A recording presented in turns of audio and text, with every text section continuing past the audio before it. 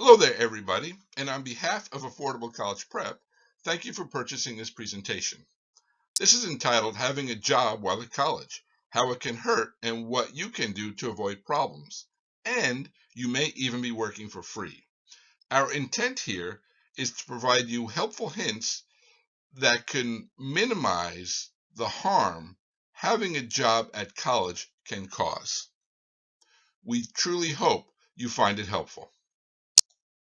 The first thing you should know is having a job while you are attending college is something that is quite normal.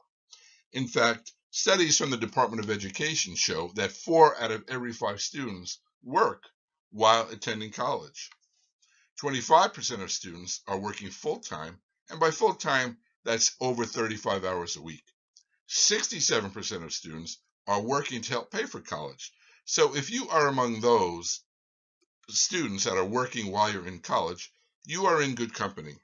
You should also know that there have been many studies done about the good and bad working while attending college can do. And what we have done for you here is we've looked at some of those key studies and presented that information to you. Let's start by looking at the good things studies have shown about working while you are attending college.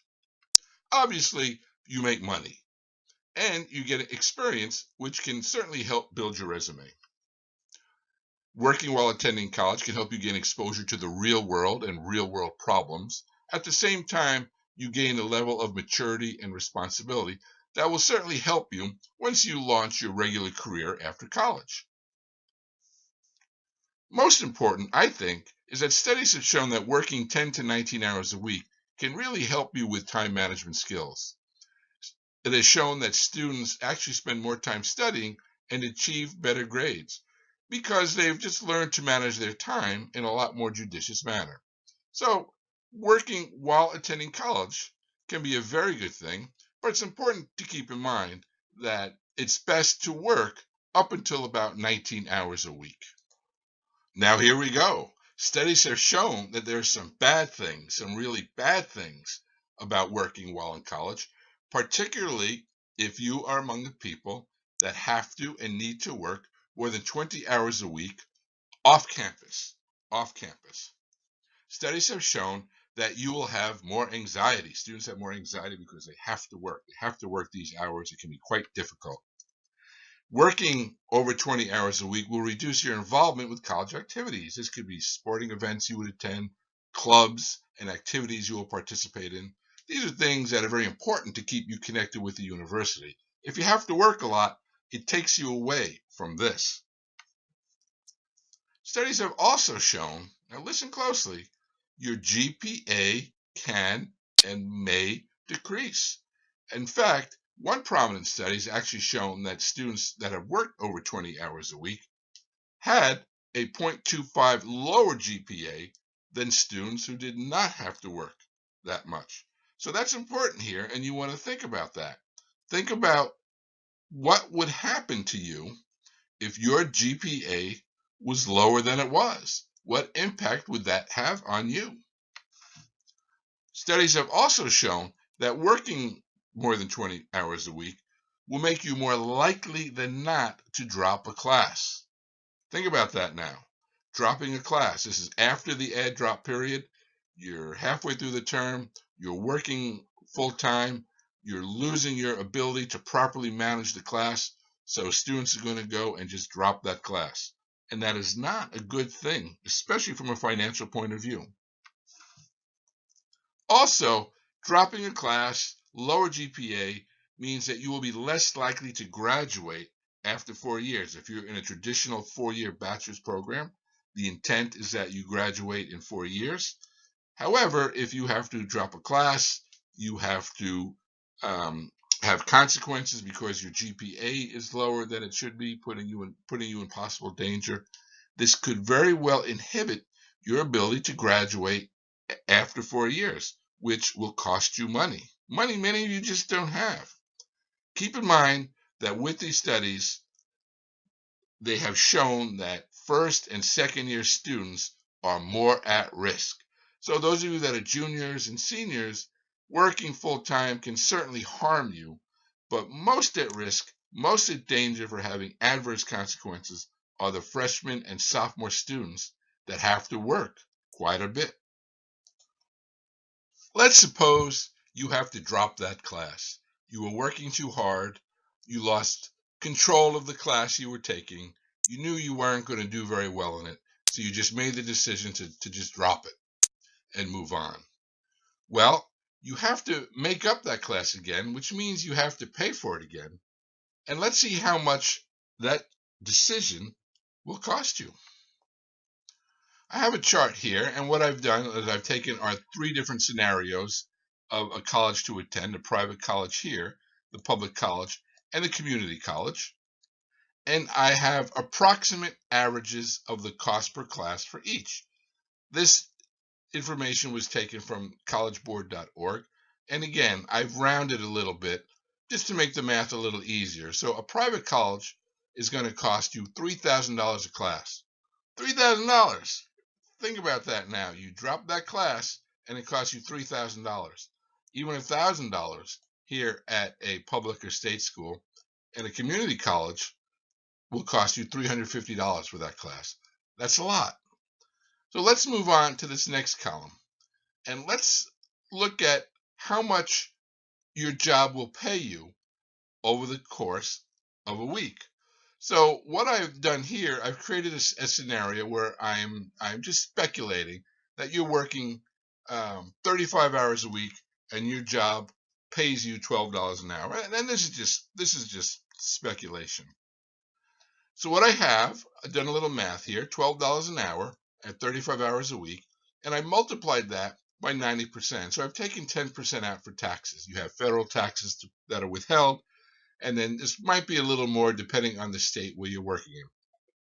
So for the sake of this example, we're taking 90% of $12 times 35 hours a week.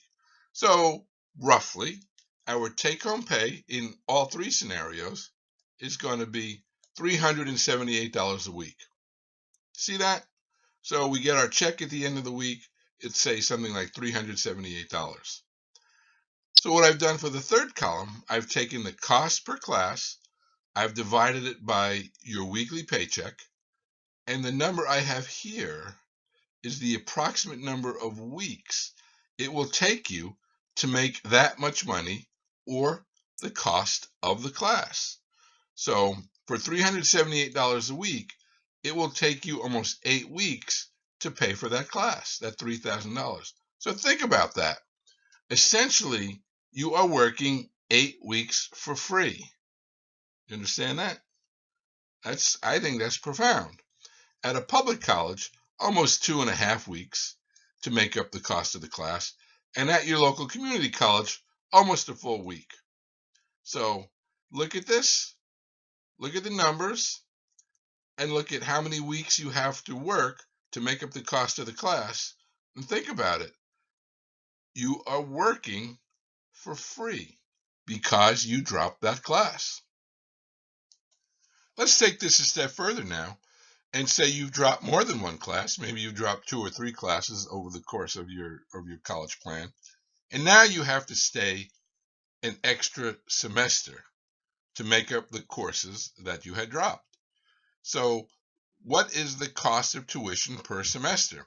Again, using the data I've taken from collegeboard.org, I've come up with our 3 scenarios. At a private college, you'll be paying $33,480 a year for your tuition, and for a semester that you just had to make up, that translates to $16,740. That's a lot of money. So if you've dropped enough classes that you now have to stay an extra semester, it's going to cost you $16,740 in tuition alone. You have the housing costs, the food costs, the other costs that are involved with going to school, plus the opportunity costs or the money that you've lost because you're not working you're working full time at your career now, that you have to go back and attend your college again. A public college, $9,650 a year in tuition alone. So one semester, even at your local state school, going to cost you just under $5,000 again. And a community school, a semester will cost you $1,670.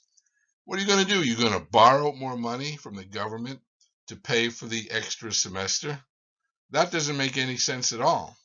So you really need to be thoughtful about your commitment to working full time and how that can impact your ability to graduate college in a timely manner.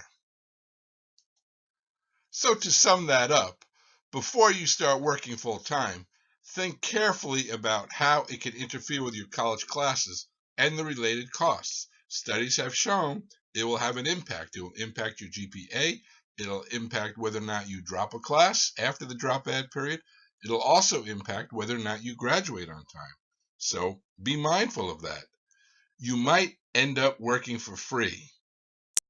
Okay? You drop a class, you have to make it up. You'll be working for free to pay for the cost of that class. Now, some of you might be thinking, Seidman, you're really a Debbie Downer here. Working full time for me to pay for college is inevitable. I have to do it. Now I'm just depressed after watching your slides. Do you have a recommendation that would help me out? I do indeed. And here it is. If you need to work full time and go to school, consider working for the college. Studies have shown that working for the college will give you the income you need while at the same time keep you connected to the college or university. And that's a very good thing. So a very important tip, if you must work full time, consider working for the college or a business that operates on the college property. So some of you might say, that sounds interesting, tell us more. Some of you might say, that really doesn't sound interesting. I really can't think of anything fun working for the college or university. It's not what I want to do. So let me put some of the jobs out there for you that might be available to you by working at the college. You can be a tour guide. You can be a tutor. Those of you that like helping your fellow students and have an understanding of a certain subject. Tutoring centers are always looking for student tutors. You can get involved in athletics at one capacity or another, either through helping out a team, working in training, working at the gym. You can get involved in food service. They're all cafeterias. And I know those aren't necessarily the sexiest jobs there, but a lot of your classmates are working there. They can be kind of fun. So usually there are jobs available. It might be a place to consider. You can also work at the local coffee shop if there's a Starbucks or an espresso joint on campus. Many students have become baristas, and they've told me how much they've enjoyed that job. Research assistant, administrative assistant, technology assistant. Many of you probably enjoy technology. You're quite good at it. You can get involved with it in one capacity or another at your school. The library is always hiring. Very good job, or usually a pretty mellow job. Students who work there tell me that they enjoy it and they get a lot done. You can work for campus events. You can become a residence advisor. You can become an RA. Schools are always looking for that. You can get involved in the school's social media as well. So a lot of interesting jobs to consider that are on the college campus. Oh, don't forget the mailroom. Students can work for the mailroom, hand the mail, distribute the mail. It's another job that's available, and it'll keep you connected to the school. Here are some helpful tips for you on how you can get an on-campus job. So take note of these. The first stop could be your college work site. Almost every college now has an online job posting bulletin board where openings are available, so you can start there. You can go to the physical bulletin boards on campus. Often you can see jobs that are being advertised there. You can always ask your professors if they know something. You can always ask your friends and peers, especially seniors. They might have a tip on something. They might work somewhere that's a lot of fun and they know they're hiring there. So don't be afraid to ask around. Professors are a great resource, by the way. And as a professor, I can tell you right now, we are underutilized for almost everything. You can visit your career services office. You can do what most people do, I guess, now. They go to Craigslist and other job posting site. Now, you could possibly find a job, not necessarily a college job, but if you find a job that's affiliated with the college, whether it might be in the college town, or it's a company that does business on the campus or with the college, that's good too. Anything that keeps you connected to the college, keeps you close to the college students, is a good thing. So you can consider that option as well. You can volunteer somewhere first, and these opportunities can lead to a job. You can just knock on doors. You can go to the different departments and you could say, "Are you hiring? I'd like to get involved." And I always suggest that when you go to college and you know you want to work, have a reference letter from your previous job. Before you leave, have your supervisor at your last job just write you a short note saying that you've worked with them for X amount of time and you're very reliable and you do great at another job. So it always helps if you have a reference letter in hand while you go looking for your job on campus. And finally, as I mentioned before, you can look at non-college business that operates on or nearby the college campus, the college town, for example. Those are great places to find jobs that help keep you connected to the university. And finally, I'd like to leave you with this slide again because I think it's very important. Working more than 20 hours a week can really hurt you academically and financially while you're in college. Not only will you have more anxiety, it reduce your involvement with college related activities, and anything that takes you away from the daily flow of college routine is not a good thing.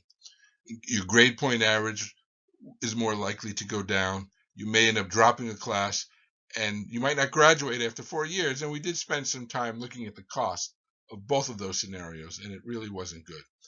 And really, remember, what we're talking about here is if you have a job where you have to get in your car and drive to another town or another part of town, or you're not on campus. But what I try to leave you with is some helpful information for those of you that must work full time of how you can still do that and remain connected to campus and hopefully put yourself in a position where you don't have to drop a class, where you don't have to spend some extra money to stay in college anymore, and you could enjoy your time in college that much more.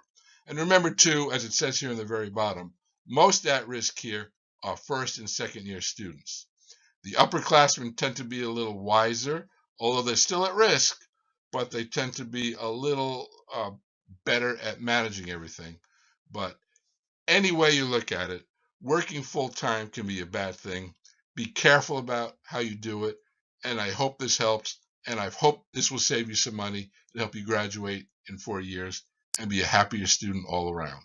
Thank you so much for tuning in, and we'll see you again soon.